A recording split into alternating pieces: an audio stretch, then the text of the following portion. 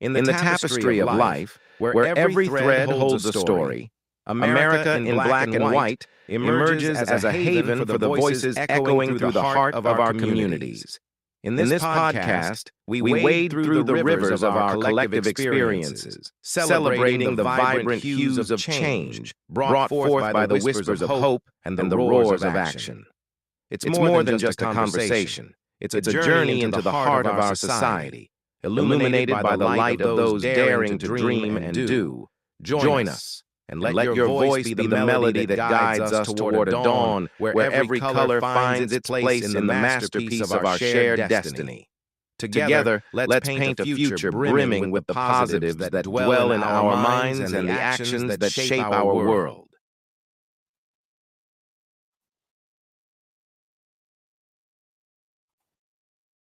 Good evening, ladies and gentlemen, and welcome to another episode of America in Black and White, where we discuss the issues in the underserved and African American communities and try to solve them as best as possible. Tonight we have a very special guest, Mr. Jokari Trueheart. Jokari Trueheart is a 20-plus years financial professional with his career crossing over all areas in the financial field. His vast experience as a mortgage underwriter, loan officer, moneylender, and currently one of the well-known go-to agents in Virginia for financial planning. He is also a veteran in the real estate investing field, with a portfolio history spanning from house flipping to most recently multifamily investing and land acquisition wholesaling. Jokari's personal mission is to create a portfolio to buy and hold real estate, generating a minimum monthly income of $25,000 plus per month.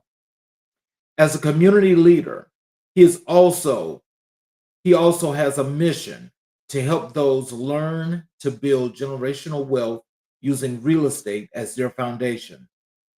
And due to the shortage in the rental market, he aims to become a developer to build rental communities for minority families that allows them to live in brand new homes with the hope of rent-to-own options so that others can live the same dream of home ownership just as he's been blessed to do. Ladies and gentlemen, Mr. Jokari Trueheart. Hello, sir. Welcome to the show. Hey, Charles. How are you, sir? Good to be here. Yes, sir. Great to have you back on the show. How's everything been going? Everything's been going good. Everything's been going good. A lot of things. Working on a lot of things as usual. Appreciate you having me. Yes, sir. Yes, sir. So is there anything you'd like to add to your bio before we jump into this wonderful show? No, I think you covered it pretty good. Well, so as we're gonna, what I want to do is I want to delve into what you're doing with the financial literacy training. What you do with the investment properties and the work in the community. And as we're going through that, if there's anything that you'd like to expound and add to that, you're more than welcome to do that. And I definitely would appreciate that if that's okay with you. Yeah, definitely. So you want me to go through anything specific first, or? No, actually, I'm going to go ahead and go into the Q&A. And Okay. as we go through that, you're more than welcome to expound. Sounds good. Can you tell us what inspired you to start training others in financial literacy? Well, I think what inspired me to do so is just seeing how many people are unaware of the options that are out there for them. And really, I take that upon myself because when I was in the process of learning about multifamily investing, which is very different from the area of underwriting mortgages that I was in on conventional loans, it's two different worlds. And so I realized I've been in this business 20 plus years and I had no idea of private money lending and money that you can receive or ask for in order to be able to purchase, investment properties. So once I realized I've been in the business and I didn't know that much about it, it just, pushed me in the direction of I need to help educate other people who obviously won't know about this, that have no connection to the mortgage field or the financial world. So it's been a great help for me and inspiring for me to be able to push that bar and help people to come to that knowledge. So as you was thinking about doing that and in doing those things, I mean, like, what determined which target that you would take to actually start this kind of training with? Well, I think the biggest thing was I think it's a combination of things. I think my personal journey towards um, multifamily investing.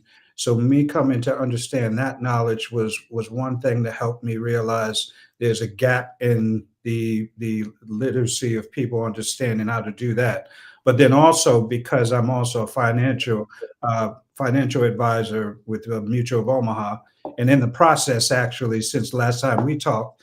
I've been working under the umbrella of Mutual of Omaha, but I'm actually starting to actually create my own financial firm, which is going to offer all of these products and offer all of this financial literacy.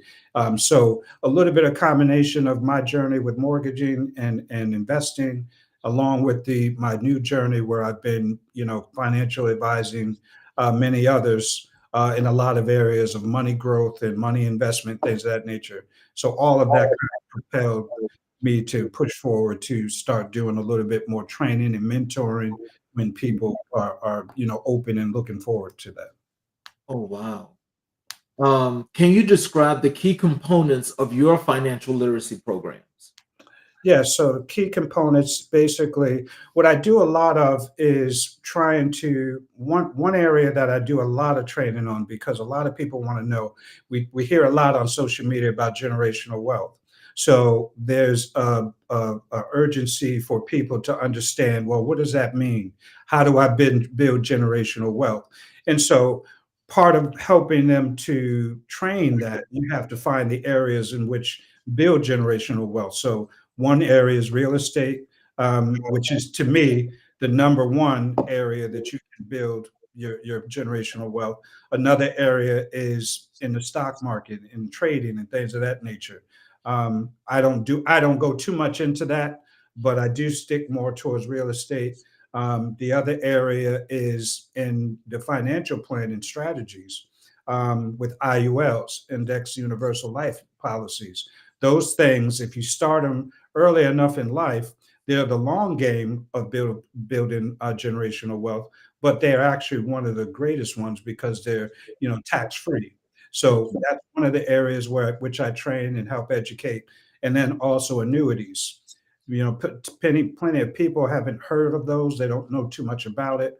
But it's basically something where if you have a lump sum of money, you can put your money into that. There's a nice interest rate if you catch it at the right time where you can have that money being grow from that and also build that wealth on there. So just areas of generational wealth building based on the products that are available. My job is just to help people realize what's out there and what best suits them based on their current circumstances. Oh, cool. So how do you tailor your financial literacy training to different audiences? Well, one thing I'm actually doing now that just is recent for me is I'm teaming up with just became a member with the Virginia Black Chamber of Commerce, and headed by the president and CEO of Anisha Hall. And so we had a great meeting. I explained to her what I'm looking to do and what they're already doing and doing a great job of here in Virginia. So we're going to actually come together and see how we can help, build programs. That's a part of what their mission statement is to help small and Black owned businesses. My mission is to help not only educate but also help Black owned businesses as well. So we're going to pair together, our resources and brainstorm and put together some programs, some events that we can actually educate those. And part of that's going to be me actually doing events that's going to be geared towards wealth building or investing in things of that nature. So I'll have different areas and different programs and classes that we're going to be able to offer in the next coming months. So, what are some of the small tidbits, in that partnership that you guys are forming, that the small businesses, especially in your area, or the people in your area, should know what to prepare for? Well, one of the things that Anisha Hall likes to advocate is sustainability. So a lot of entrepreneurs, we hear a lot of people that want to be entrepreneurs, but they don't understand some of the things that helps them get started. But now once you get it started and you get that part going, how do you sustain the business? How do you make that business grow? And so part of our mission is to, or their mission, I should say, is to help build sustainability. And I'd like to come and be a part of that. I've been successful with a few of the businesses that I've had. I've been in the mortgage business and investment business for many years, and so I've seen the way I'm able to sustain what I'm doing and continue to grow. And so I can just help add to that palette and be able to help others to not only start business but help that business sustain itself over time. And part of that's going to be the wealth building portion. So be implementing some of those products and things that I'm able to bring to the table and teach. Oh, wow. That's some really good stuff, and I'm sure that there are lots and lots of businesses that really need that help, need that advice, so they can learn how to grow. Yeah. But can you tell me what are some of the ways that you guys are going to be getting that word out to the people in the communities?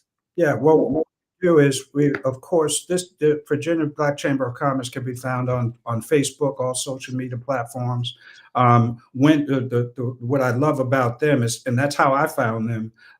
I was looking for groups to be a part of because now I'm at a point in my business where I'm looking for partners to start scaling my real estate portfolio. And so what I've been doing is taking the initiative. If you go on Facebook, you find a lot of real estate investment groups. You find a lot of money management groups, people that are in the business, but maybe be in different areas of the business. And so I was looking for Black owned small businesses in the Virginia area. And that's how I stumbled upon the Virginia Black Chamber of Commerce. So a lot of their advertising and marketing goes into social media platforms. And they've been doing a great job at doing that. And so we're going to see a lot of the events that are had are going to be marketed on those social media platforms, as well as their website. And then when they have these events, they're also advertising some of the upcoming events. So there's a lot of areas where they're doing very well to get the word out, and that's I'm sure that's going to continue. What are the most common financial mistakes you see people make? The biggest thing is it's always been a constant. Financial mistakes are people trusting trusting too quickly without doing the research. And I say that because when I think about some of the things that we can easily fall into, if you look at social media, you see a lot of about investing right now. A lot of people are talking about multifamily investing and just investing in real estate, or even like what I'm doing as well with land acquisition. But when you see these things, there's all sorts of people talking about mentorship, and a lot of what I'm seeing, people falling in trap is they're not doing the research on these people. These people are jumping on social media and telling them they're mentors, and then they're asking for money for this training. And so some people jump in the gamut of pulling out of their pocket, paying for the training, and then when they get there and realize everybody's doing the same training, they're just trying to do pyramid schemes where, and I'm not saying it's not helpful. There's some people, but they're all doing the same thing. I'll tell you, and for instance, something I did because I was probably about a year ago. I wanted to see there was all this advertisement on social media I saw, and this guy was putting his face everywhere. And so he would take video of him in Hawaii, and all of his videos were him in Hawaii in front of a beach, and he was just talking about all his wealth. And so he said, I'm coming to your city to help you get to the same level I am. I have hundreds of properties, hundreds of units, and I'm going to teach you how to do it. I already knew I was already investing, so I already knew what I knew. But I wanted to go to make sure that You never want to stop educating yourself. So I wanted to go just to make sure I wasn't missing something that could help me continue to scale my portfolio. So so it was a free showing. You go up, you go in there. It's about 100 people there, and we're all sitting there. And there's a guy that comes out. He's dressed real, dressed pretty nice. And so basically, he goes into how he came about, how the company came about, and then he said, here is how we're going to help you. You're going to go out and you're going to find properties, multifamily buildings with at least 50 units in it plus. And then you're going to report back to us that what these 50 units are, where it's located, how much the asking price is. And I said, okay, so we're being scouted. We're going out and doing the scout work for you. We're bringing back the business, and then we tell it to you. You use all of your angel investors, you use all your investing, and then basically you're going to buy the property. You're going to hold on to it for 3 to 5 years. You're going to fix it up and do whatever you need, get all the tenants in it, and then you're going to go and sell it for whatever, obviously a profit, and then we're going to give you 30% of whatever that is. So I said to myself, and so I watched another. So that was one I went into in person. Then I saw another seminar that was similar to that, and it was the same exact process. So I said, really, these people are telling you you're going to become an investor, and all they're really doing is telling you that you're going to be a bona fide scout for their company, and they're doing it for free, and you have to wait 3 to 5 years just to collect a check of 30%, if that sells and everything goes the way it should. So you're not looking at any kind of profit, nor will you be an investor anytime soon by going the route that these people are going. So just that education of people not understanding what they're getting themselves into. So that's kind of what propels me to push forward and to help educate people that that's not investing. That's helping someone else invest. You're just a piece of the puzzle, helping them scout properties and doing all the legwork. But they're going to be able to sit back, provide all the money, and then they're going to collect a bigger chunk, and you'll get something somewhere down the road. So yeah, I'm not interested in that. So that that's where the education comes in. As you say that, I'm sorry for actually harping on this, because what you just said was so key. I'm always skeptical of those kind of things. I'm just being honest, because I'm just a natural skeptic. Yep. But with those, I'm always skeptical because it always looked like when they do this advertisement that it looks the same. Yeah. Now, I was able to attend one of these because, just like you, I thought it was different. Yep. But when I went there and the way it started out, honest to God, I got up and I just walked out. Yep. I'm like, no. Let me ask you this. But before you walked out, did they ask you to purchase some type of class? Yep. It's like a couple days. Usually it's like a 2-day class or a full week class. There's probably a dollar attached to it. So just say that out of 100 people that showed up, they want 100 people to come there. They already know people like you and I are going to probably walk out, because we're going to be the skeptic ones. But there's going to be people that have no idea. They don't know what they're getting into. They're just so eager. They're going to go sign up. And when you sign up to the class, they tell you, hey, we'll give you all your money back. You can bring somebody else with you for half the price or for free. And then we'll give you all your money back if you're not satisfied at some point. But you got to go through the whole class. But if you pay for it, you're looking at $1,000 to $1,500, whatever that is. They only need a certain number. And they know it. There's going to be, out of 100 people, there's going to probably be about 75 that drop out. 25 are going to sign up before they leave. So if you figure, if you're charging $1,000, just to say a flat number, that's $25,000 just in if they come to the city of Richmond, Virginia. Now they go to your city, they do the same thing, another 25 people, 25,000 there, and then they're doing this. This particular company came here and they did it in different cities in the Virginia area, and it was about 5 different places close by me in proximity. So I was doing the math that just $1,000 on 25 people every time they go to a hotel, they're over $100,000 before they even leave. And they're doing this over state after state. So the real business is not real estate investing, is really real estate mentoring, and you're charging a fee for it, and you're making millions before you have to do the thing. So that's the type of literacy that you want people to understand they're getting themselves into. And that's the common mistake. You sign up, you swipe a credit card, you're out of $1,000, and you may get some valuable information, but it's not going to help you right now to start your portfolio and build that in the future. And that's kind of what helps me to keep doing what I'm doing, so that people can be have that literacy of understanding what they should be doing and what's a trap versus what's a reality, and a nice plan of action from now and for the next 5 years, how they can build that portfolio up. Oh wow. And see, that's actually smart, and I wish that a lot of people would just take heed and actually critically think those situations. But as you say, when you so want to make that move, Yeah, that it's the emotion that takes over, yeah, and you just do it. yeah, yeah.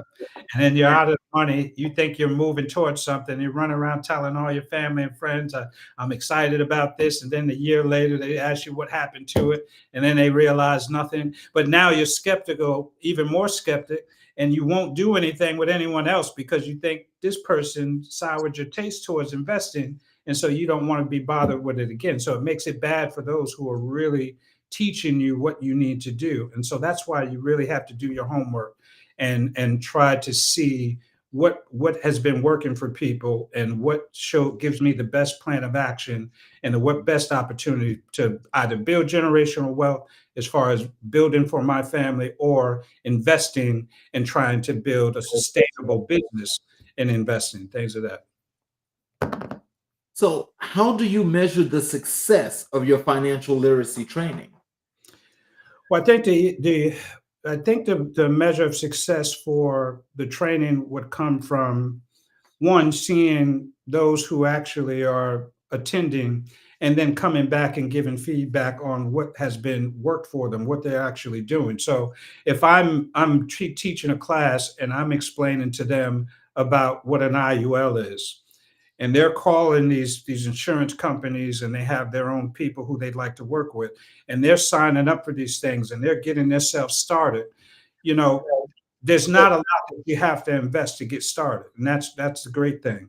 So you're teaching them small ways to build wealth towards the future, and as long as they implement what you're teaching them and they do the transaction in the business with legitimate people in the insurance field, it's you can't really go wrong unless you totally go left field. But in this particular space, if you sign up for a policy and you're looking for a specific dollar amount, I help people understand that if you're signing up for something, what is your projection? What is it you're trying to accomplish? If you're trying to build money for the next 10, 20, 30 years, how much money looks good for you? And I can build and teach them how that particular IUL insurance, life insurance policy is going to get them there. And I can structure the illustration to show them this is how much you have to invest every month. And in 5 years, 10 years, 20 years, this is what your expectancy should be as far as how much money you've gained and how much interest this is going to accumulate for you. And so you can see you would be well off in the next 10, 15, 20 years if you stick to this guide and this plan of action that I'm giving you.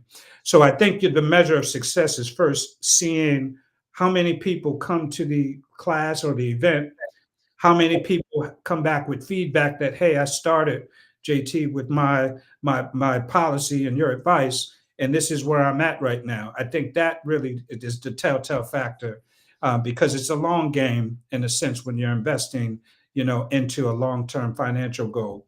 But the immediate satisfaction comes from seeing how many people took advantage of it. Ooh, are you virtual or in person or both? I do both. I do both. Actually, last time I think I mentioned to you, the last time I was on with you, got a few people reached out to me and asked me about the mentorship on the real estate investing. So I had a lot of virtual because there were people from Georgia, Philadelphia. I'm here in Virginia, so I did a lot of virtual consultations after you and I met. But here with the Virginia Black Chamber of Commerce, my goal is to pair up with them so I can reach a broader audience. And go back to your point, how do I designate what that audience is going to look like? The Chamber of Commerce is basically filled with people of all different business backgrounds, different companies that they started, and they're different ages, different age groups, new entrepreneurs all the way into senior entrepreneurs, and so you get a nice variety of range of ages and experience in business. So the goal is to just continue to attract people, obviously, and then those events are going to obviously be within the local vicinity, but there's also going to be some virtual opportunities as well. Oh, cool. Well, I think I have to be a part of that next class. Yeah, Yeah, that investing, yeah, that's one that actually deserves a lot of detail and a lot of work, and yeah, that's definitely something to do. yeah, definitely. You're always welcome, child. Yes, sir. Can you share a success story from someone who benefited from your training? Well, I just had one of my I should say mentees. She actually, from the financial side of things, when I talked to her, her goal was basically she was wanted to get into real estate investing, but she also wanted to do something that I'm doing right now, which is I'm wholesaling land basically. So I'm buying land and I'm selling it to builders. And so what I teach people about this particular training is when you think about the easiest real estate transaction to get into with the least risk, because you can do wholesaling, which is for people that don't know what wholesaling is. It's going into a property that say maybe someone owns, and it might be so much taxes on it that they're behind on their taxes. So they have to basically get rid of the property or want to sell the property to satisfy it. So someone would go in, such as myself, and say, "Hey, let's do a contract. We're gonna basically get this house under me, and I'll take the responsibility on. But then I go out and I up the price to a point where I can get a profit out of it, but also satisfy the client's need on getting that paid off. And then I assign the responsibility over to somebody new, and everyone gets cut a check.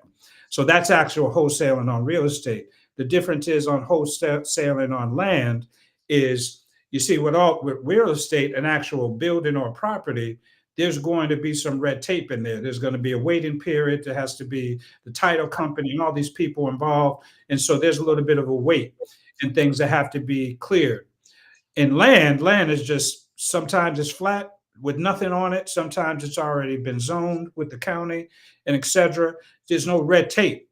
So all you have to do is you do the same thing. Someone may say, "Hey, I inherited this piece of land. I have 5 acres. I inherited it. I don't really want it. My mother left it to me because it was in the family." And there may be, I do a lot of transactions in Florida, and there may be someone in Florida, a builder, which is a hot market, that says that I'll take the 5 acres. We come up with a price. Of course, I throw my price in there as well. And I go with under the contract with the landowner. The I go and find a builder who wants to take the property and and take our price. And then again, that same thing. But in that sense, I can probably close in a week. So you got to think. So now you don't have to wait 30 days on a normal closing, or sometimes months, depending upon the wholesaling of another property. But land, I can literally probably start if I can find a builder today and we agree on price. I can sign that contract over. All we have to do is include a title company, and the title company cuts me a check and says, "Here's your portion." And that can be anywhere from $2,000 all the way to $100,000. Just depends on what the deal is and what builder's willing to pay for it. So I say all that to say that class I had with this particular mentee was about wholesaling land. And I taught her also about how to invest in money now that she can use an IUL, a life insurance policy, to build her wealth. She's doing all these things. Get this IUL in place so that you can start building that wealth. So down the line, you have money that you either want to invest or retire with. So she did everything. She not only had her first deal, land deal that she was able to do in Georgia. She found a deal. She found the land. She got it under contract. She was able to get a builder for it, and she made $7,500 off of it. So, in some of those deals, that in between portion, it just depends how you negotiate it. So, 7,500 she was able to make in 2 weeks, just based off of the training she went off with me. She negotiated the price by herself. She didn't need my help. She was able to have clear instructions. So assigned the contract and made 7,500 off of it. So that's one of the most recent success stories that I had. Oh wow. Um, what resources do you recommend for someone looking to improve their financial literacy? So I tell people to do a lot of reading, and I do a lot of video watching. For me, 20 years from now, 20 years ago, there was no YouTube. There was none of these places where people are doing videos, and you literally can find. That's why I call YouTube YouTube University, because everything you need to know, it doesn't matter from fixing a flat tire to investing, is going to be on YouTube. And in the past, people were reading books and paperback books, and then it turned into they had to listen to the voiceover books, things of that nature. Where now you can go on YouTube and you have experienced people. You got Charles King, where you can learn things from Charles King's guests that come on his show. Yeah, people like me who are going on there and teaching classes. I actually learned land wholesaling through watching YouTube videos. And then I did my research on people that I actually see in the market. So I go on social media, do a lot of research. So to me, virtually, you can learn a lot of things, and you can learn hand to hand. The only thing I think people really sign up for mentorship is there's some people that can watch something and you can say, I just need to see the philosophy of it. And as long as it makes sense, I'm I'm gone. But then there's some people that you can write it down for them. You can have it down listed 1 through 20, and you can tell them step by step what they need to do. But when it's time to go do it, they keep looking back at you and saying, "I need you to help me. Am I doing it right? Am I doing it right?" And so they have to have there's those hand holders. You have to actually hold their hand through every single step, even though you wrote it all out on paper. You did 2 hour training on it.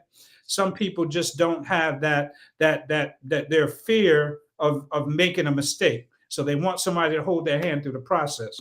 And so in that sense, that's why the mentorship is important, because there's just some go-getters that'll figure it out, and there's some that won't take a step unless somebody's taking that step with them. Mm. Can How do you stay updated on the latest financial trends and information? Just watching everything from watching news clippings. One of the things I'm working on now is educating myself on trading in the stock market, learning how to build wealth through investing in the stock. That's not an area that I really particularly found interest in over the years, but I found some mentors that I personally like, and I watched them for a little while, and some of them, I've had to pay for. Some of them I paid, couple of dollars, excuse me, here and there, just to get a little bit more of a detail on, how is this thing going to map itself up from A to Z. And so, sometimes you have to pull out your wallet and pay for some mentorship, because there's some things you just can't understand just by watching a video. And so you kind of picking what feels right for you. You always got to trust your gut. There's going to be people that make you feel very comfortable because they have very detailed ways of explaining the process of something you're interested in. But then there's some people that have the knowledge, but they don't know how to verbalize it. And they're not teachers, so they don't know how to teach it. And so you really can't gain the knowledge you need. It's not that they don't have it, they just don't know how to teach it to you. And so that's why you have to find the perfect match for what works for you. And for me, I know I need people that are very detailed, because I only need you to tell me once. Once you tell me once, I'm going to go do more research on it on my own, and then I'm going to take off from it. And so that's what I would suggest. Do a lot of video watching, do a lot of reading, watch a lot of clippings, news clippings, social media clippings based on that particular topic or that particular interest. And so now I'm doing a lot of that research on investing. What's riskier? What do I lose money most on? What type of investing in the market do people gain the fastest growth in money? How much money should I be investing? So all those kind of questions are kind of what I try to do, and I just use a various amount of areas to teach myself. Wow.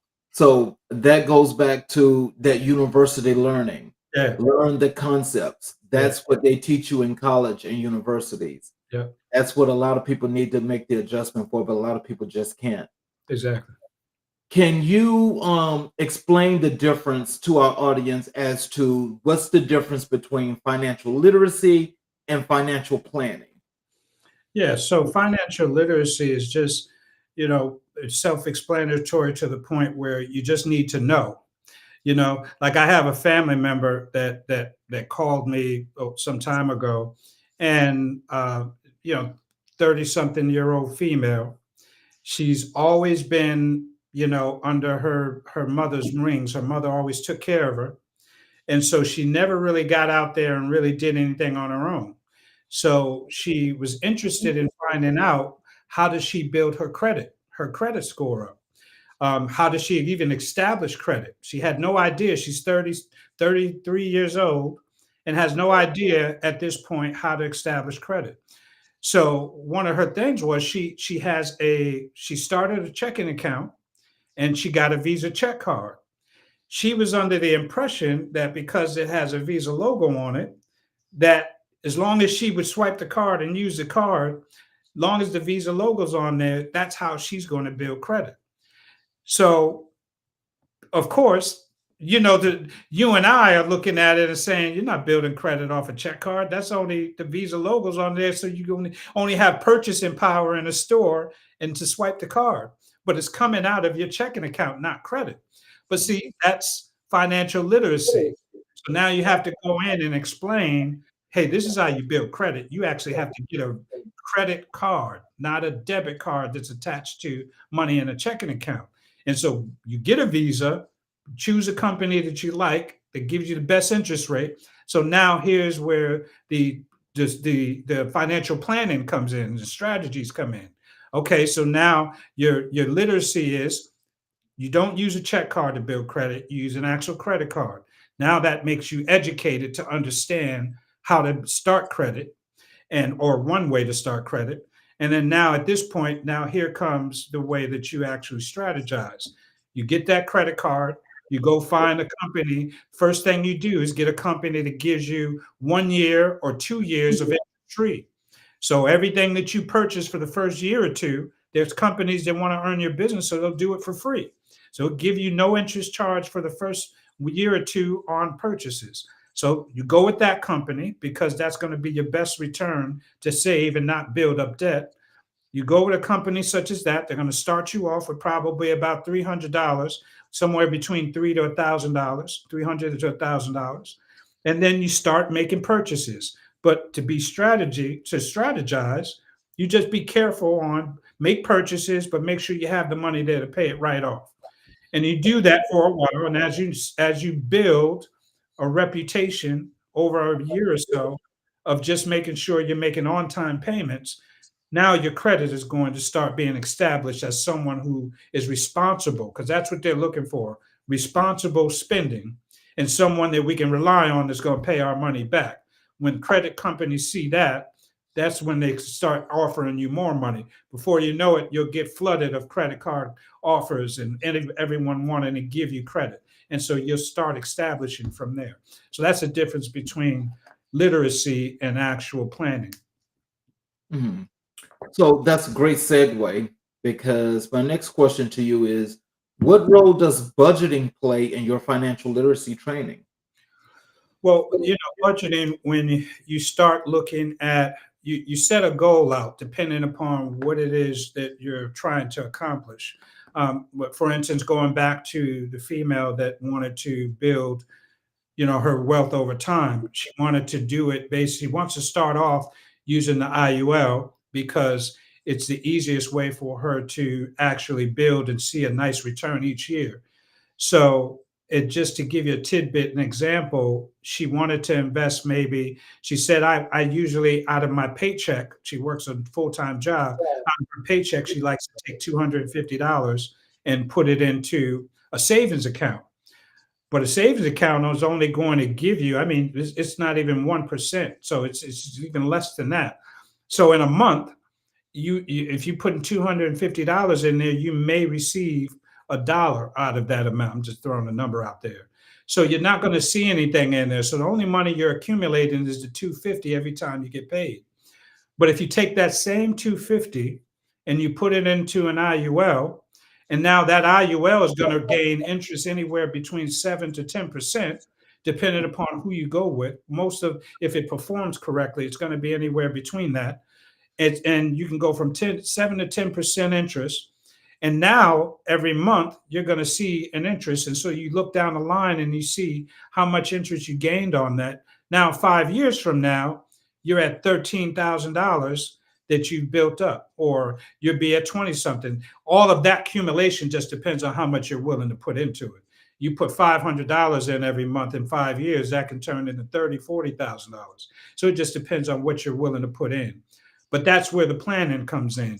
You have to make a goal on what exactly am I trying to accomplish? What's my long-term goal? Where I'd like to see myself 5, 10, 15 years. I'm a believer in making short-term goals.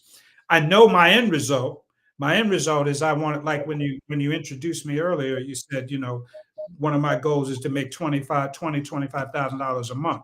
See, that's my short-term goal. I know that I want to do that just with real estate investing. I want to be able to have enough properties to where, and this is after taxes. This is after I pay all my fees. You dabble into enough real estate. You do the math on everything, and you're strategic with your planning, so that every property that you buy, once your units and your mortgages are paid off, you're bringing home $20,000 to $25,000 that you bring and put in your pocket. That's a short-term goal for me within 5 years, and if I can do it within 5 to 10 years. And so that's the same thing with anyone else that I would, talk to with financial planning. You know what your end goal is. And so what do we have to do to help you get there? What is it you need to invest in now to help you get to that goal that you're trying to do? So set a short-term goal. So if you're trying to save money that you want to borrow from to invest in real estate, well, you need something that's going to give you instant return. And so that might be different areas. But long term, if you want to retire and you want to say, when I'm 65, I want to have $2 or $3 million in my account. Well, you start with an IUL now while you're young. You put this amount of money in it every month. That IUL is going to return, and it's going to turn, by the time you're 65, it's going to turn into $1 million, million plus dollars, And I've shown people the illustration, and it's tax free. So you help them to understand the long-term goal, but strive for a short-term goal that's going to help them see a result so they can stay motivated to keep on that same track. So, can you tell us, how do you address the psychological aspects of money management in your training? Well, psychologically, you have to be very patient. A lot of people nowadays, you and I were talking about it earlier, people jump the gun because they get excited. So they jump the gun, they get excited, they jump into just, hey, I'm going to spend this because I want to feel like I'm accomplishing something. But a lot of times, if you're not patient, you really have to tell yourself, again, set a goal. This is what's going to take to get to the goal. I have to be patient and I have to be strategic. Anything that veers off of the goal I set, especially if you're dealing with someone like me who's giving you the roadmap, if I give you the roadmap and you veer off, don't expect that short-term goal that we set that you're going to get there. You still may get there, but you might cause yourself some harm. You might end up losing some money.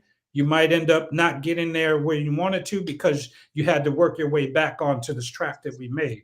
So psychologically, you just have to be very motivated, but you have to be strategic. And to be strategic, it takes patience. Because I can tell you, investing in multifamily properties, people see the glamour of it. I'm a multifamily property owner. I have 100 doors. They call doors units. So I have multiple buildings and I have 100 units. That's great. But if you spend all your money paying for the mortgages, you didn't watch the interest rates, you just took whoever told you they were going to give you the money to purchase it. You didn't care about the interest rate because you just wanted to get in there. You basically didn't do the math and consider what the cap rate is, and that's a whole nother story. But you going in there and you're not realizing how much you're going to profit. You may actually not profit. You may break even, or you may actually pay more than you're actually bringing in as income. So all of these things that you're trying to be quick about getting to your goal, but you're really setting yourself back years. And it's going to take you even longer now because you weren't strategic and you weren't patient. And so you really harmed yourself, and you'll get discouraged and quit because you really didn't stick to a plan or didn't ask anyone to help you plan who had the experience to help you get there. Mm. Wow. So overall, just when it comes to the financial literacy, Mhm. what people should be taking away from this is, one, understand credit, set goals. Mhm. Once you set the goals, you what do you call it? You go out and you do the action, you make it happen, and just be smart about how you move. Yeah. Any dream starts with you just thinking about it, right? You Mhm. say to yourself, no matter what the dream is, I want to be a celebrity. I want to be a recording artist. That's the dream. It starts here. But how do you get from here and just thinking about it to actually finding yourself in a studio recording the music and then on stage being the celebrity you want to be? There's a lot of in between space for you to be able to get there. And so that's the same thing that we do when it comes to investing, same thing we do when it comes to money management. I know what my dream is, but I have to do the research to get there, or someone has to help, guide me so that I can make sure I get there with success. And so that's the thing. You think about it first. Now you put the plan in action. The plan in action is whether how you decide that plan in action is going to go. Do I ask somebody to help me plan it, or am I willing to just put the time in to watch and do enough research to make the plan? But once that plan is in place, now I start going with the plan, and then as long as I'm setting short-term goals, I can see over a small period of time without waiting too long. Am I seeing growth?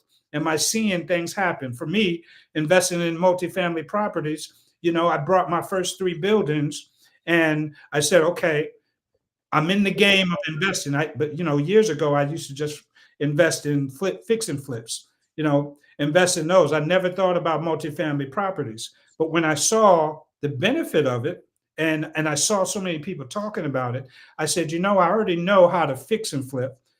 But what about if I brought and held on to the property? So buy and hold is what it's called. What are the benefits going to be for me? Well, if you want to make 20 to 25,000 and that's your short-term goal, how am I going to make 20 to 25,000 per month? Well, what I have to do is I have to buy enough properties. I have to be mindful of what how much I'm investing, how much money in the tent. If the tenants are fully occupied, how much money am I going to get off this building every month? Okay, if I'm going to make, after I pay everything, I'm going to make 5,000 off these buildings. Okay, now if I buy a few other buildings, and then as I'm, paying off these mortgages, and I'm seeing profit, I know the trajectory of how many I need to be able to make that money that I want to make. And so it's the same thing with everything with financial planning. We have to understand where we're trying to go.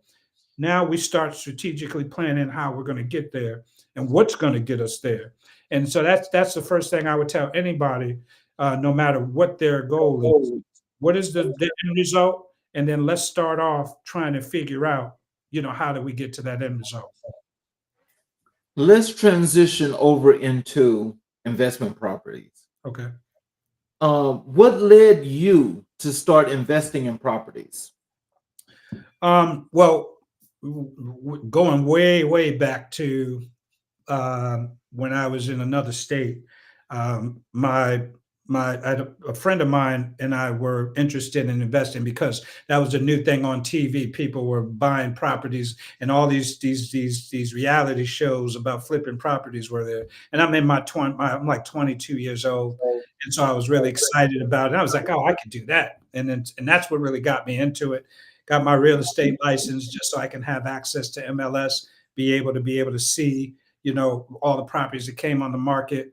And so I just was able to, get into it from a young age, just going in and having a love for real estate. That's one of the biggest things that I tell people. No matter what you decide to do, try to have a love for it. Don't go into it because you see Charles doing a podcast and you're like, oh, I could do what Charles does, but you don't have no love for it. You just want to do it because you see Charles doing, you think you can do it.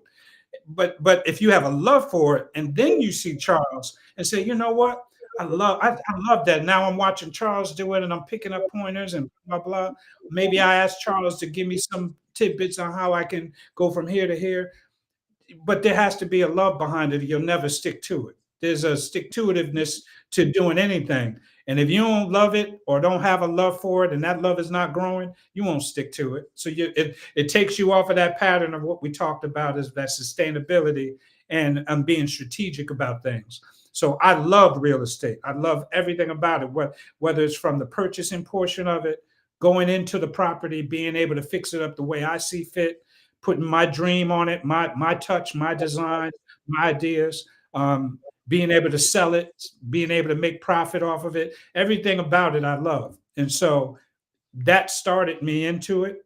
And then years later now, and being in a whole nother state, now what I do it more. I like the multifamily process, not only because of it being a long time goal for passive income, but I actually enjoy, I recently realized I do my self-management of my multifamily properties.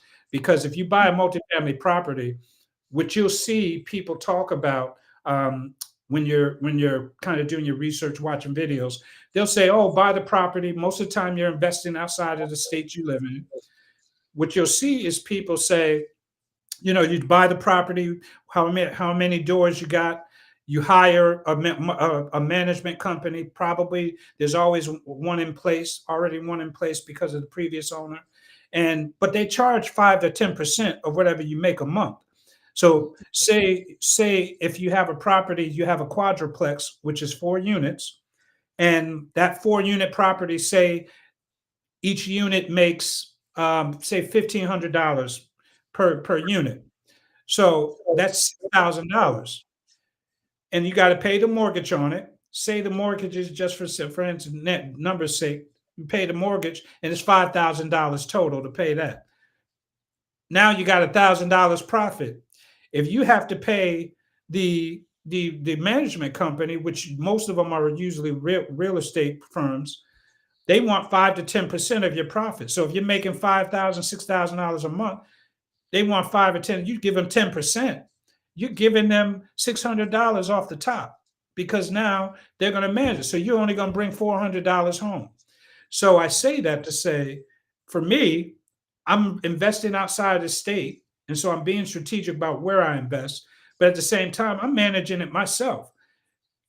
People are calling me and I'm talking to people. I have an impact on these people's lives. If they got a problem, I don't care how small it is. The ceiling fan, somebody called me the other day and told me the ceiling fan fell. Don't ask me how that happens, but the ceiling fan fell. But you know what? I got somebody out there and we fixed it, put a brand new one in, blah, blah, blah. I realized I grew up in apartment complexes. My mom was on Section 8. She was a single parent raising 4 boys. My mom made relationships with her landlords. There was some landlords she hated. There was some landlords, she asked for something, they do it at the drop of a dime. So I was introduced to what it would be like to actually be a landlord and the impact that it can have on you being a tenant. And I don't want to be a slumlord. I want to be someone that these people can call, have a real relationship with, knowing they can depend on me because I'm asking you to pay your rent on time. So if I'm asking you that, the reciprocal thing. If I ask you to pay on time, you need to be able to realize that if something goes wrong, I'm going to basically be there for you to take care of it. So, you know, when I think about all those things, that's what builds that love for it. But at the same time, when it comes to the money management of it, you have to understand what you're willing to take on. And part of taking on what I do in the multifamily space is I do a lot of the legwork myself, which I'm okay with right now. Now, if I get to the point where I have 100 units and they're scattered all over in different states, of course, I'm not going to manage it myself. There's no way I can do that. What I'll probably do, I was just telling someone this other day, they were saying, well, how are you going to hire? You can hire a management company, but again, the way I think is how can I save money and keep the money in my pocket? So I said I would create my own management company. I hire my own people, and all they have to do is take phone calls and take issues, go through the Rolodex, find out where the people we have in place to fix and take care of issues, and schedule the appointments and have the people taken care of. All the money can be collected under one software. So you're doing everything yourself. You're keeping control of your what's going on. You're not leaving it to a company where your tenants are calling you and say, "Hey, I keep calling this management company and nobody's calling me back, and my heat isn't on or something's broke." You know. So that's the way I look at it. I want to make sure I'm very hands on with everything. That helps me to keep an eye on what I'm doing well in, how I'm growing, but it helps me also to put myself in a position to realize what mistakes are being made and how I can grow from there. Okay, now this question here, you don't have to be exact with a number, but Okay. it's the process that's afterwards that I think is most important. Okay. How many investment properties do you currently own, and why is it that you picked those properties? So the multifamily portion, I'm very new in that. I just brought those multifamily properties. My first three buildings, I just brought February, I should say. So just brought the first ones in February, closed on those. I'm in the process of on three more right now. So hopefully shortly I'll have six new multifamily properties, which is going to accumulate into I should have about 22 units by the time I'm done with those. And so the goal is to continue building those. Keep in mind, I've always just done fix and flip, so everything's always single family homes. So you fix those, have them for a short period of time, and get rid of them for profit. But now I'm in the early stages. 2024, I just started buying multifamily properties, and there's a science behind it. You have to learn where you get the money from. How do you want to do it? Some people are buying. I can buy a property right now if I was willing to take on the risk. I could spend less than $300,000, and it's a property that has 17 units in it. $300,000 for 17 units is unheard of, but it's in a a neighborhood that's probably not the greatest. A lot of work has to be done into it. So probably if I buy something like that, I can collect it and say, yeah, I got 17 doors, but now I got to go fix it up. I'm probably going to have another 300 grand invested into it because the building probably so shabby. There's no tenants in it. So again, that's the area of where you decide what type of developer and what type of builder you want to be, what type of investor you want to be. So I don't really go into that's where the learning and the planning comes in, and the patience. My goal right now is buying properties that are already tenant filled, so I can get into the properties. So to answer your question, I have those units right now. So by the time the year is out, I should be at that mark. Having 7 buildings, and I should be over 22 units if everything goes as planned. And then in the meantime, I have single family properties that, I own or manage. So those are in the process. Those come and go as well. So what is it that made you pick those properties? And so that's a good question. I want to answer this one because, one of the things I see a lot of there's a guy, I'm not going to say who, there's a guy on social media that I follow just because I'm interested in his take on the industry. But he tells people don't buy properties in your backyard, which means that if I'm in Virginia, don't buy properties, don't buy properties that are not in Virginia. You know what I mean? He says, as a new investor, you should be buying properties that are right here in your backyard. I don't agree with that. And I'll tell you why. In Virginia, in certain other markets, I can tell you, DC, Florida, all these other high markets, Georgia, a lot of these different markets where the property values skyrocketed right now. In these other areas, if you buy into these well-desired places, there's a four quadruplex on I'll tell you, for instance, there's a quadruplex available right now downtown area and where I'm from. The developer went in there and took it. It was a nice historical area, all brick, big white pillars out there, look beautiful. He went in and he's a construction owner. So he went in and re-renovated the whole place, upscale, appliances, beautiful job. He has tenants in it right now. So it's 4 units and he's on the highest rent he charges is $1,500 a unit. So back to my example earlier. So he's making $6,000 in rent. Whatever his mortgage is, it doesn't matter. Right now, he's trying to sell that property. He wants to sell the property. He had to bring the price down. It was over $1 million. He wants to sell it for now under $1 million. So now he wants to sell it for $950,000, right? To get a mortgage on $950,000 right now is going to cost you anywhere upwards with the interest rate the way they are. It's going to probably cost you about 9 to 10 grand a month. You're only making 6. So you're going to end up spending $4,000 out of your pocket every month just to pay a mortgage. So you'll never see the profit on this thing for years. So what's the benefit for you? I got $1 million property with 4 units, but I'm making no money on it, and I'm probably not going to make any money on it for a long time. So that's where I was stating you have to be mindful of where you are and what type of investments you make. So to answer your question, my first properties were in Texas. The reason why I picked Texas is because Texas is, hardworking people. Most of the people keep their jobs. The area that I brought in is right in the area of Fort Worth, Texas. People are excited about, apartment renting, because one of the things I've noticed is when I did my research, most of the people have jobs where they're basically working a regular 9 to 5, probably a labor job. There's a lot of factories in the area and dealerships in the area where people do blue collar work.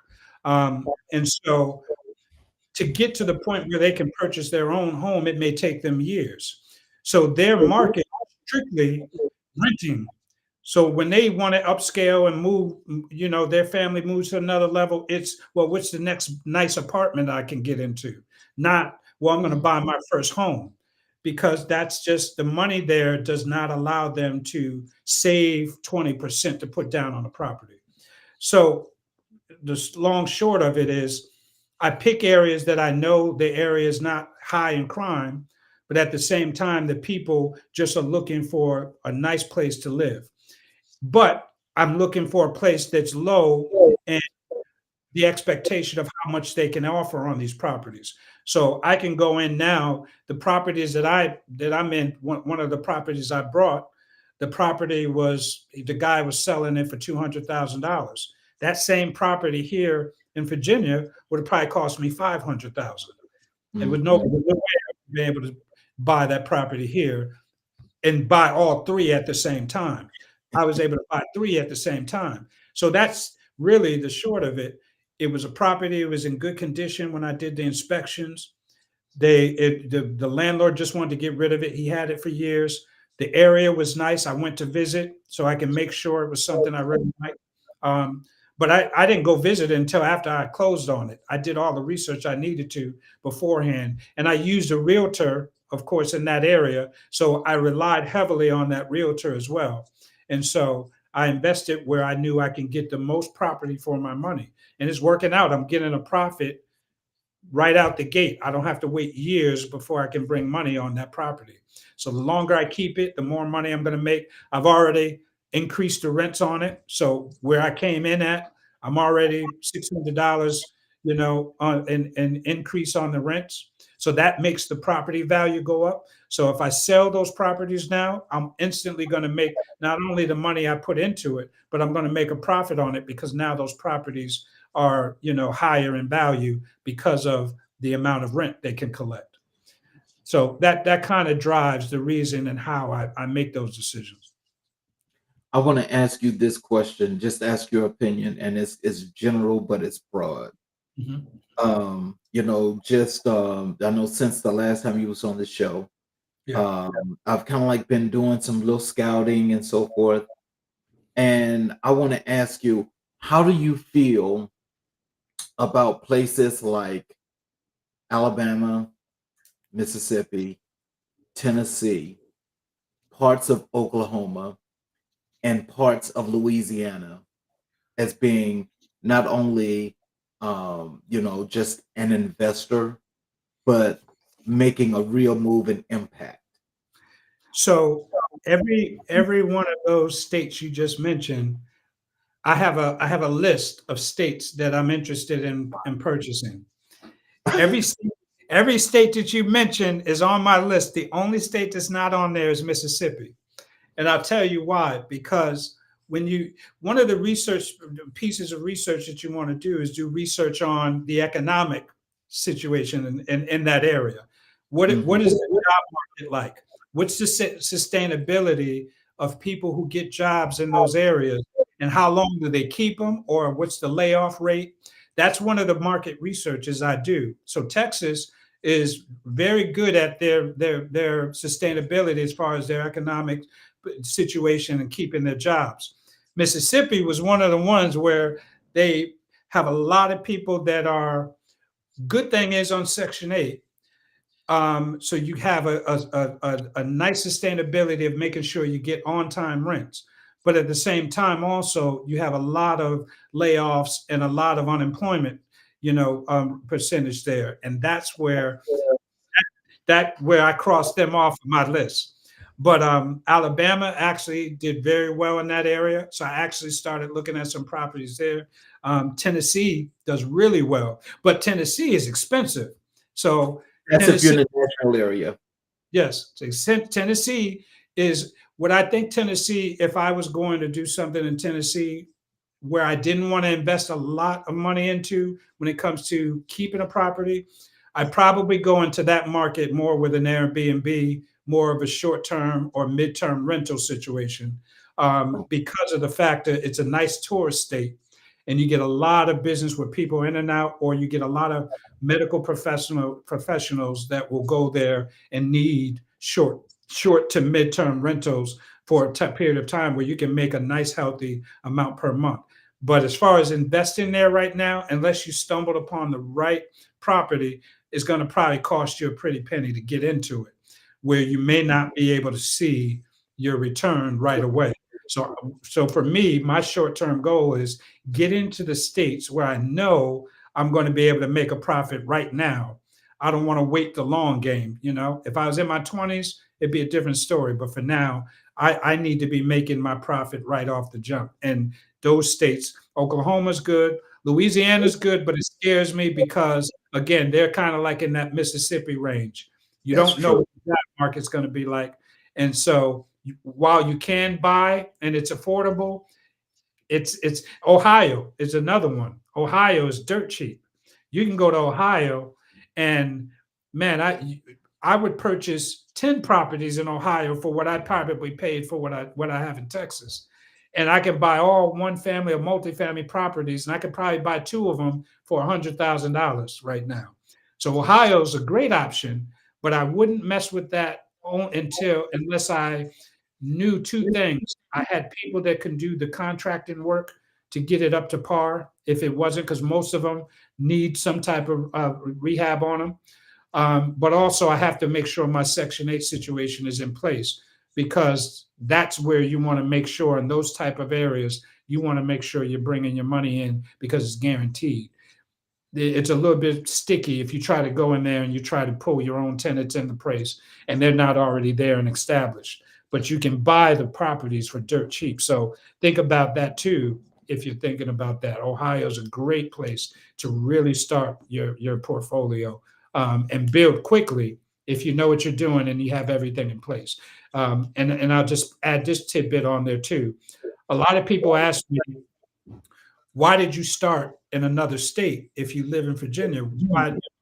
That's always an ongoing question. Well, I'm not afraid to establish something because I know I'm going to be hands-on on running it. And I'll say that to say this. When I went out there, this is the plan of action you should have, in my opinion.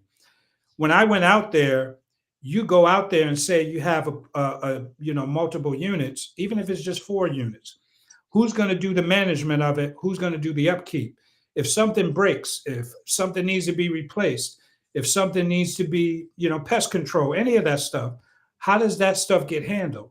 So my plan was go to Texas, go meet all my tenants, introduce myself as a new ownership, first establish my relationships, right? I got all of their information, all of their leasing contracts.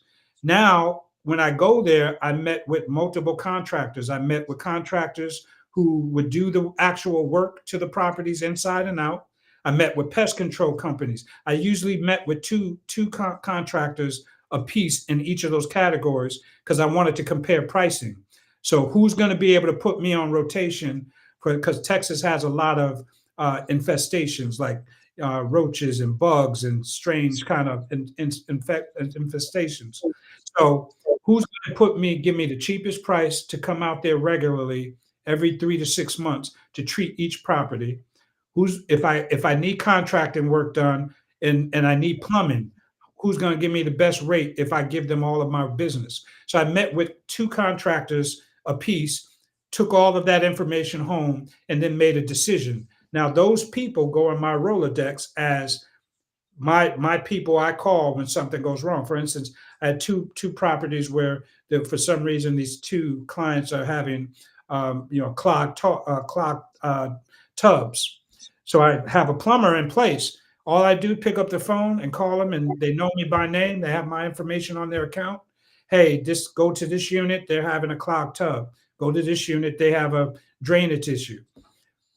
All of this stuff can be managed just by making phone calls. You don't have to do anything else. Once you put that plan in place, as long as you're a diligent person, you're going to stay on top of it. You don't need a management company. You just have to have the time to make sure you're on top of that. So that's why I don't disregard the thought of investing outside. You get more money, bang for your buck. You get more property for your money. You can manage it very well. Also, think about Florida and maybe some of those other expensive states. You got to think about insurance.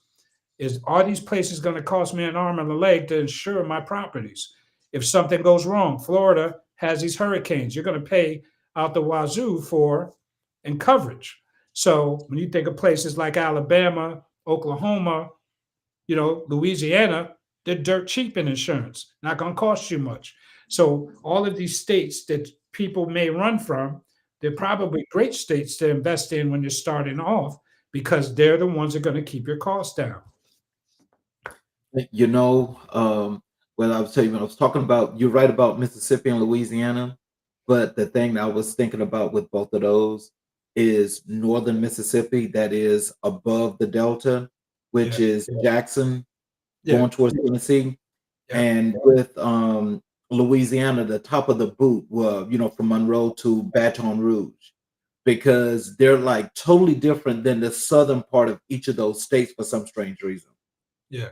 So, but there was other things as well, because I'm thinking about franchising in all those places, and they all fit, they all hit the points. So, can you describe the first experience with property investment? First experience, if I go back to when I did fix and flips, my first experience with that was I was green. I didn't know anything. I Everything was brand new to me back then. I'd rather I'll touch on that, but come to more recent with the multifamily space. When I really got into investing, when it was single family properties and I didn't know anything, the one thing that I think that is there's two parts of it that can be very scary. But if you learn it, it's not anything for you to worry about. Is the contracting to get the work done, and it's also the financial side of it to actually get the funding for it. So when you go into a property, the hardest part that people are going to have to learn is how do you assess what's a good deal and what's a bad deal. That's something where I think you would, if I'd say you need mentorship, that's probably going to be the area I'd point to, because of the simple fact is, if you haven't had the experience, it's hard to look at a property. Like, for instance, you, Charles, if you were looking at something in Mississippi and you had your eye on something, you'd have to determine to yourself, is that a good deal for me to invest in? It's already somewhere I don't live, but how do I know it's going to make money? And if it work needs to be done, how do I assess how much work is going to be done? And you have to be able to bring that information to a lender and say, hey, I need $300,000 to buy this building. It's 4 units in it. They have tenants in it, but it's going to need some work. And they're going to say, Charles, how much work needs to get done to it? I didn't really figure that portion out yet. Well, we don't want to give you money because you don't know how to assess how much money needs to get in it. We want somebody that knows what they're doing so that we don't give them the money and then they can't do what they need to get the tenants in it and stay in it and pay us our money back. So what you will have happen, which is a good lesson to answer your question, one of the things you learn about investing brand new is if you're the first, is your first property that you're investing in for the first time, the lenders are now they're private lenders. So when you do investing, it's not going to be the Bank of America's, the Wells Fargo's of the world. Those only invest in homes, single family homes. They very rarely do a lot of that type of investing. When you go to these other ones, they're private investors, or hard money lenders, what they call them. They're going to say, Charles, well, you want to go invest in this Ford property in Mississippi? It's going to need some work. This is your first time, so I don't feel comfortable giving you 300,000. Plus, I got to give you probably another 150,000 to fix it up. I want you to go and partner up with someone. Either partner up with a real estate investor, or you need to partner up with a contractor who does this for a living. If you do that, then I feel more comfortable when you guys do the application. Put the application in with the contractor on there and you on there. Then I'll give you the money. But if you don't do that, we're denying you. We're not giving you the money to do this project. That's something you have to learn as any investor. If it's your first time, lenders will not mess with you if you have never done it before. The only way you can get away with it is if the place doesn't need any work or it's very minimal work. It's like it needs a paint job on the outside, something like that they don't care about. You can go find out what that is. But if it needs plumbing and electrical work and all these other things, new windows and things that are going to affect the tenants being able to move in, they need you to know how much that's going to cost, and they need to have confidence that you are right on the money with that assessment. And the only way you can do that is if you're working with someone that's familiar with that. Me personally, now my years of experience of flipping properties gives me that experience, and then now owning multiple, multifamilies, that's giving me the experience where I can go to them now and say, hey, 500,000 and that's going to cover the purchase and the rehab. But they're okay with me doing that because I have the experience to show for it. So that would be one of the reasons to answer your question about an experience of what will help someone that's getting new into the process. Figure out what process you're looking at. Go with properties that don't need a lot of maintenance up front. It's going to probably cost you more because now the owner knows he can charge you because you're basically going to walk in it without having to do much to it. but that's the safer bet for you to do it if you're not going to have partners and bring other people in. But if you're going to rehab and you're going to need to put some work in it, you might have to partner up with someone in order to get someone to lend you the money to do it. Okay. What criteria do you use to evaluate potential investment properties? So what they basically, one of the things you'll hear a lot of, if you talk to a realtor and you talk to them about a property, if you find something you like, they're going to talk to you about the cap rate. And that in itself, you want to do some research on. Basically, in a nutshell, to explain the cap rate, basically they take all of the expenses that the apartment complex or the investment property is going to take, and then they assess that based with the amount of rent that it's said to make. And within that, between those two, comes what a cap rate is going to be. And most of the time, what their investor is looking for the cap rate to be at least 1% and up. Anything from 1% and up means you're making money on the profit from day one. And it's going to make a profit, and it has the room to increase to make sure that you're making profit. If it's not above 1%, that means that the property is not making money, and they're not going to want to deal with it. So that's the main thing that people want to know when it comes to assessing properties. But other than that, when you're looking at a property, you want to just use common sense factors. When I go into Zillow, so to speak, and I'm looking for, that's one of my main sources to find properties. I'm looking strictly for multifamily properties. And then, like you said, I'm going to go through my list, Alabama, Louisiana, all those places, see if I can find something. And if I find something, now I'm going to look at that property and say, does it look like it needs work? Is the realtor telling me there's already tenants in it? That's their number one key. Are tenants in it? Okay, this might be a deal to look into. There's already someone in it.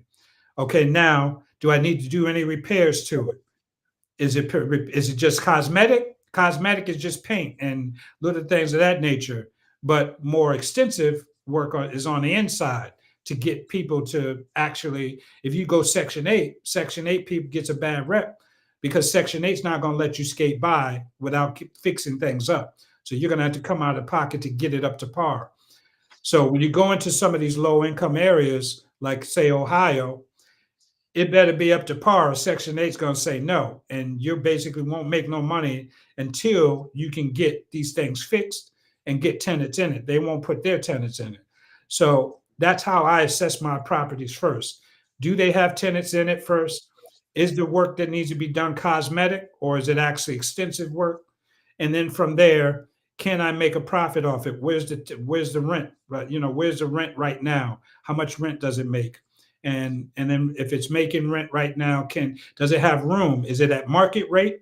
Because an apartment right now on a 1 bedroom in most areas is going to probably run you about $800 to $1,000. Just depends on what area you live in. But on an average, between $750 to maybe $1,000.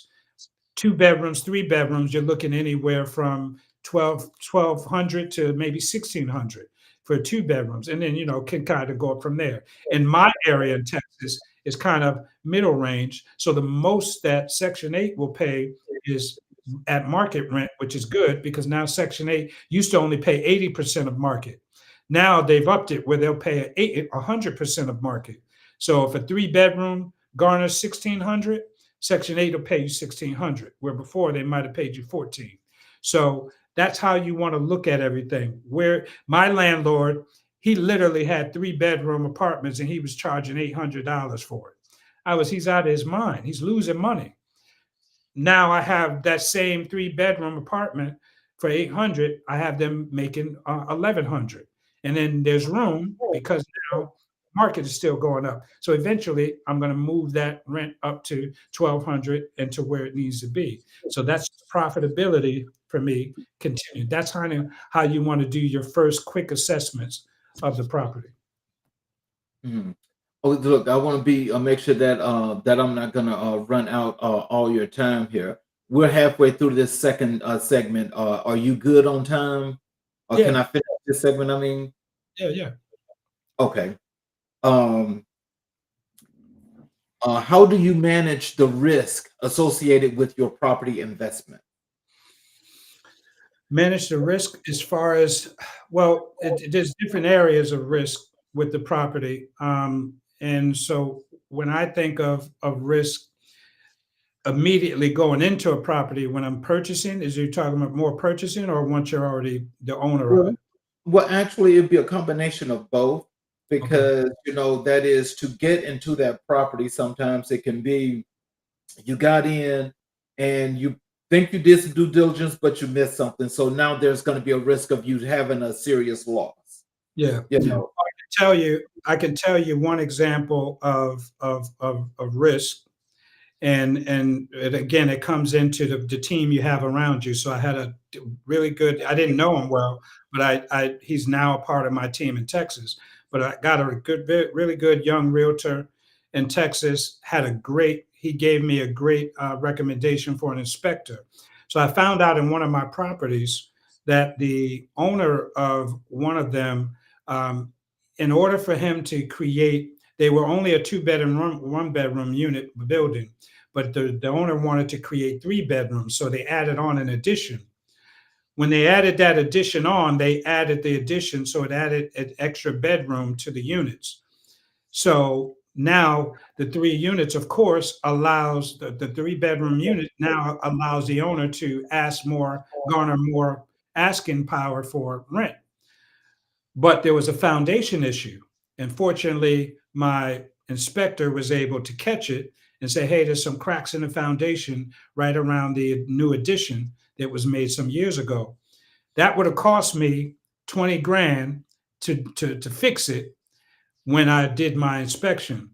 So one of the things I can say that when you manage your risk towards purchasing is making sure you have to do an inspection anyway, or the lender's not going to allow you to complete the process. But hopefully you can team up with a good realtor, use a reputable inspector. The inspector, I wouldn't use anybody else. This guy was so thorough, and we did everything virtually. So I had to do everything without seeing the property. So I relied heavily on his expertise to help me understand what I was getting myself into. And so my purchasing of these properties was based on his recommendation that, hey, this is a good deal. And the only thing we needed to really make sure we fixed on my end before the purchase or after was, hey, this foundation thing. You don't have to do it now, but you're going to have within 5 years. I suggest you have this foundation basically lifted a little bit and stabilized. And so I made the owner, before part of our deal was contingent on making sure that owner put some money up that it was going to cost me to have that foundation fixed. I didn't make him pay everything, but I made him pay a hefty portion of it because he didn't do it during his tenure of ownership. So I wanted to ensure that I wouldn't have to take all the cost on. And so things like that, making sure you have a good inspector, make sure the appraisal, you get a good appraiser out there to look at it. Those things are going to help you manage the risk going into a property, especially if you're going into a property that you knowingly know needs rehabbing done. But that's why, again, my opinion would be, if you're new to the game, don't go into things you got to do major work to. That's going to help you manage risk. Go into something that already has tenants in it, already is obviously, whether the Section 8 people or not, go into something that you know has tenants, it's a livable unit.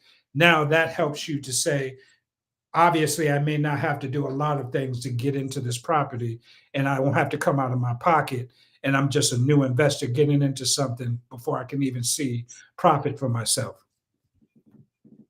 what advice would you give to someone looking to start investing in properties? Everything that we've kind of touched. Find out what type of property you're willing to do first. Assess, do you want to be a multifamily property owner? Don't do it because everyone's telling you that's the thing to do. Do it because you understand what the risks are and also how much work goes into it. I mean, I get phone calls because I don't know if it's a gift or a curse, but because I allow to be so hands-on, I allow the tenants to call me directly. But that means every problem, they think they have the source. Hey, I can call my landlord now. And every issue that they have, they're calling me for. It doesn't matter whether one called me the other day about a garbage can argument because the other tenant was using dumping their garbage can, their garbage in their garbage can. They're calling me to figure out why that's happening. So, that you have that type of thing. But so do you want to have a multifamily property or do you just want to own a property? Maybe do start off with a duplex. Are you going to live in the property and rent the other side off? There's an advantage to that. Right now, FHA gives a nice loan program where they'll let you go into the property. They basically pay all of it, where you can move into it, but you have to live there for a year. You move into it, you rent out the other half. After a year, if you want to move out, you move out. You made your obligation to FHA, which is a government-funded loan for those who don't know. You can move out after a year, and then you rent the other one out as well. And now you're making money in both of those units. Or you can do a quadruplex like that. You can go buy a 4-unit quadruplex, take the FHA loan, get into the property at with very little down. I think they don't make you pay more than I think it's 3% to get into the property as a down payment. You get into the property. It's strictly contingent on making sure that there's tenants in it. You can live in that and then rent out the other 3. The other 3 units are going to basically pay the mortgage. You're in this property rent free, and it's either earning money for you, or allowing you to save money because now you're not paying a mortgage. You're letting your tenants pay the mortgage. You complete your obligation with them by staying in it a year. And then you move somebody in it. Now you have 4 units renting, and you're probably making a profit out of it. So my advice would be, if you're just starting off, if you're a single guy, single female, or a single family where you don't have to worry about kids or moving in and out of properties, I would start off with a portfolio of moving into the properties and take advantage of the FHA loans, move into the properties, live in them for a year, make sure they pay for themselves, and then move out, and then keep doing that. Take the money out of that property, buy another one, live in that property again. In the next 5 years, you can have multiple properties. Literally, in a matter of 5 years, you got multiple properties that are making money for you.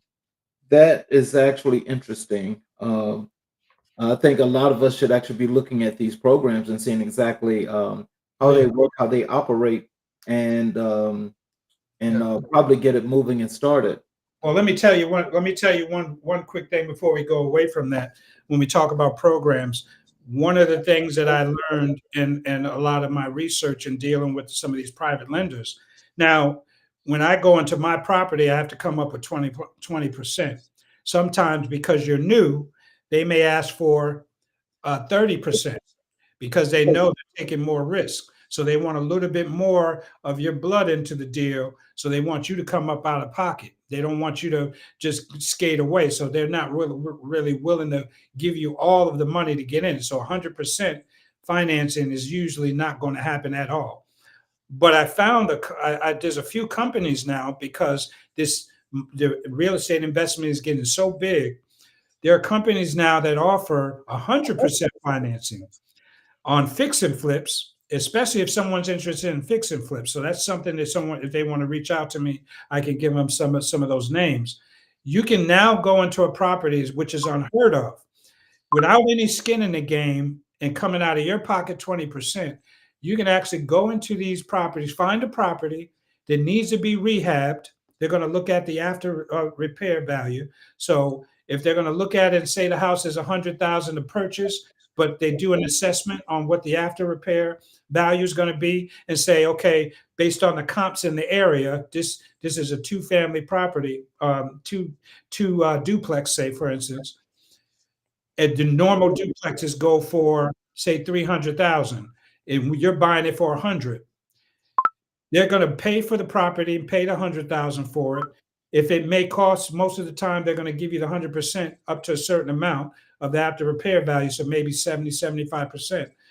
If they say that it's going to cost 70 grand to fix it up, they're going to give you the 100 to buy it and the 70 grand to actually to rehab it.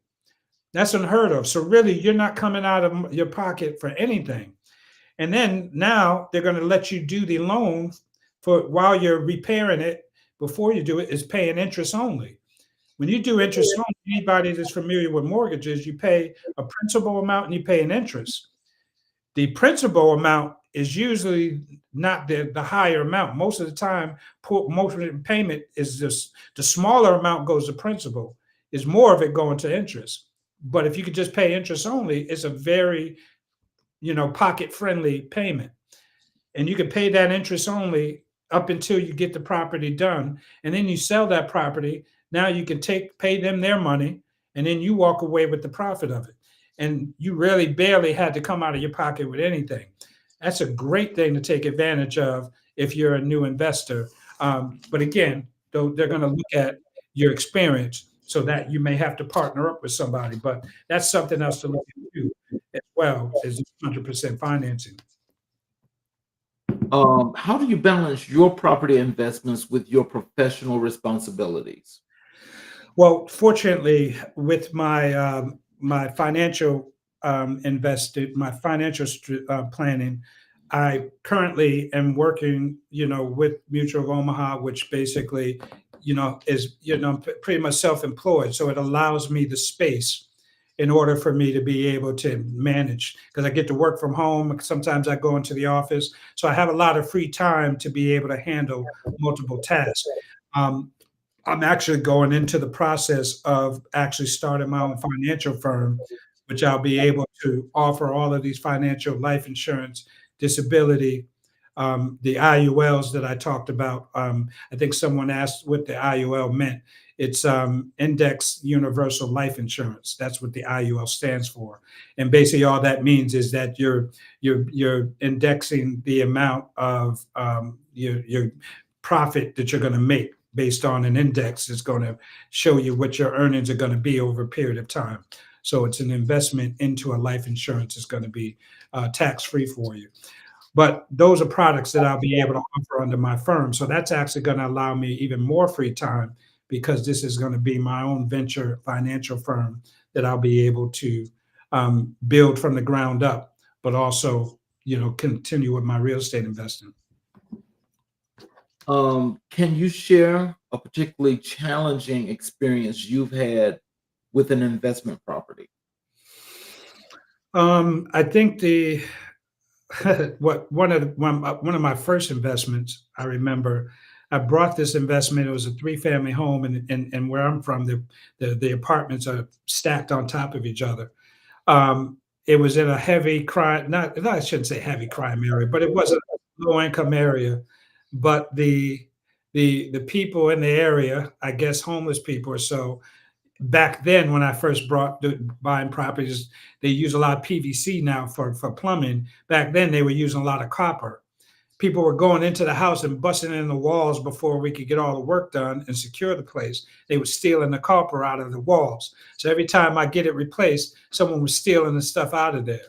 So, I mean, when you invest, some of your risk is, once you start working on things, some of the things that you're putting in there can run the risk of being stolen. Property can be damaged, things of that nature. So that might be why some investors may tell you from their experience, hey, buy properties in your backyard, because you can keep more of a hands-on eye on it. But, again, that's the risk when you invest out of state. But that's probably one of the worst things that happened to me, was trying to keep the property up to par when people kept breaking the walls and doing kinds of things that were costing me money to repair. Mhm. What are the key factors to consider when managing multiple properties? The time this is going to take. When you're managing multiple properties, you have to decide, like we were talking a little bit earlier, am I going to be the manager of these properties? And you have to be realistic. If I work a 9 to 5 and my job is very strict on time, and so it leaves me very little time, you may not want to be the person that's going to handle the property management. if you got multiple units. You may have to invest in having a property manager because time just doesn't permit you to do it. People are going to want things done, and they have to be done a lot of times at the most inconvenient time for you if you work a 9 to 5 job, or if you're busy to the point where you can't make phone calls throughout the day. Somebody has to get these appointments scheduled, get the maintenance things done, take these phone calls to satisfy, tenant complaints. So you have to be realistic on what time you really have and how much time are you willing to put into it yourself, if you're going to manage it yourself. And how do you stay informed about the real estate market and trends? Just continue to watch what everyone else is doing. Watch a lot of CNN, watch a lot of YouTube videos, seeing where things are heading. I like to see the trajectory of where the market's going right now. What everyone's thinking about is where the interest rates are, and so people are waiting for those interest rates to go down. Well, if we're waiting for those interest rates to go down, then what's the first thing we're thinking? The market is great now for investing because, personal homes, single family homes and all those things are not really doing a lot because they're not moving because people are waiting for rates to go down. When those rates do go down, investment properties and residential homes, all that stuff is going to go through the roof because now the market is going to become, saturated. So there's going to be a lot of movement when you see these interest rates go down. So now is the time to get investment properties as soon as you can before that activity starts to pick up. And so that's why I'm trying to solidify some things myself before we start seeing that happen. So only way I know that is because I'm watching social media. I'm watching, these other, gurus and other people that are speaking about the industry that are helping me understand where things are going. You have to always keep your ear to the street, so to speak, to understand what and keep ahead of the game or make sure you're staying right on that track where everyone else is. So, what would you like to leave with our audience this evening? Because we're not going to get a chance to complete this, but we're at this point where I think we got to come to a stopping point. Yeah. What is that you want to leave with our audience, including how to contact you, as far as we talking about the financial literacy, and we're talking about these investment properties? What do you want to leave with us? Yeah. So, there's something that I always, this acronym that I like to use. They call it, they say FOMO, FOMO, and basically what that stands for is fear of missing out. Don't let fear of missing out, drive your decisions. Some people rush into things because they don't want to miss out. They think that all the properties are going to be gone. So I got to get out there as soon as I can, take whatever I can and create some bad deals for yourself. Don't Again, you have to be patient with real estate. Real estate is not a overnight success situation. You might find something's a great deal, and it may reward you nicely if you do that. But those are few and far in between. Real estate is a long game. It's not a flat race. It's a marathon. So you have to take your time, pace yourself, be strategic, so that you can make it to the finish line. So don't let fear of missing out drive your decision making. There's plenty of, when I tell people about land investing, there's so much land, they can't sell it fast enough. So there's plenty of land when you want to invest in land flipping. There's plenty of wholesaling because there's always people behind on taxes. So there's always wholesaling opportunities, and there's always investment properties. Somebody's probably sitting on properties that I tell you one quick thing. When I first started, before I found my buildings, there was a guy in Georgia that was letting go of his whole portfolio. I see that all the time. He had a mixture of, you could tell he accumulated this stuff over years. He was in Georgia near a military base. He wanted less than $1 million, but he was giving away 12 properties, so to speak, or selling, I should say. He had single family homes, he had duplexes, he had quadruplexes, all of this stuff in Georgia, and they were all within close proximity of each other. And he wanted less than $1 million. And remember, I told you earlier, the one construction guy who has one quadruplex in downtown Richmond for $1 million for 4 units that's not even making the money. But this guy wants the same thing, and he's giving you profitable businesses. So, point being, if you were patient and wait for the right deal, there's something out there that you can sink your teeth into. $1 million for all of that. When I was looking, if I would have jumped on it on time, I would have been able to jump on it, and it would have been, now my portfolio would be double what it is right now. But you wait for these opportunities. They're always going to come up. Be patient, plan out. If you know yourself well, and you know that you're not the person that's a self-starter, and you don't know what to do after step one, get you a mentor. Get someone that you trust. Get someone that has a track record of sustainability, but at the same time, a track record of success. Reach out to that person. And then if you want to find ways to build towards your future, also reach out to a financial planner such as myself. I can be reached at, I'll give you a phone number where I can be called and text, is 800-539-1137. Again, 800-539-1137. You can reach me directly. People call me JT, so you'll hear that a lot. And then also, if you want to look into the IULs, look into investing for the future, those are some things we can talk about. You can also email me at J as in Jack, T as in Tom, L as in Larry, R as in Robert, LLC at gmail.com, JTLR LLC at gmail.com. That's my direct business email, and I can reply back there. So I can put all social media platforms. You can find me on all things J True.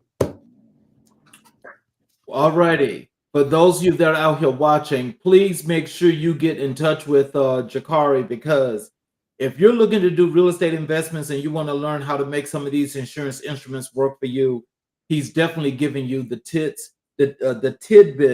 that you're going to need in order to start moving. I recommend that a lot of us in our communities where we don't know a lot of these things, you know, at least you can learn firsthand from someone that's already doing it. Mm-hmm. But also you'll be able to create, as he said earlier throughout this show, sustainability. That's going to be very key. For all of you that are watching on the YouTube channel, please subscribe and hit the notifications button. Make sure that you're watching all the shows that we put out, and you'll be able to watch them as much as you like to if you don't want to catch them live the first time they come around. I want to thank you, Jokari, for once again delivering the goods, because believe me, this was definitely more than just what we needed, but this right here is something that people need to go ahead and hop on right now, especially here before the end of 2024. Nice. And I want to thank you for that. Again, I just hope that even though you're back at the show again, that we can still have you back, because I'm telling you, you're delivering once again. Yeah, anytime, Charles. I want to thank you all for watching, and we will see you guys next week. Have a great weekend.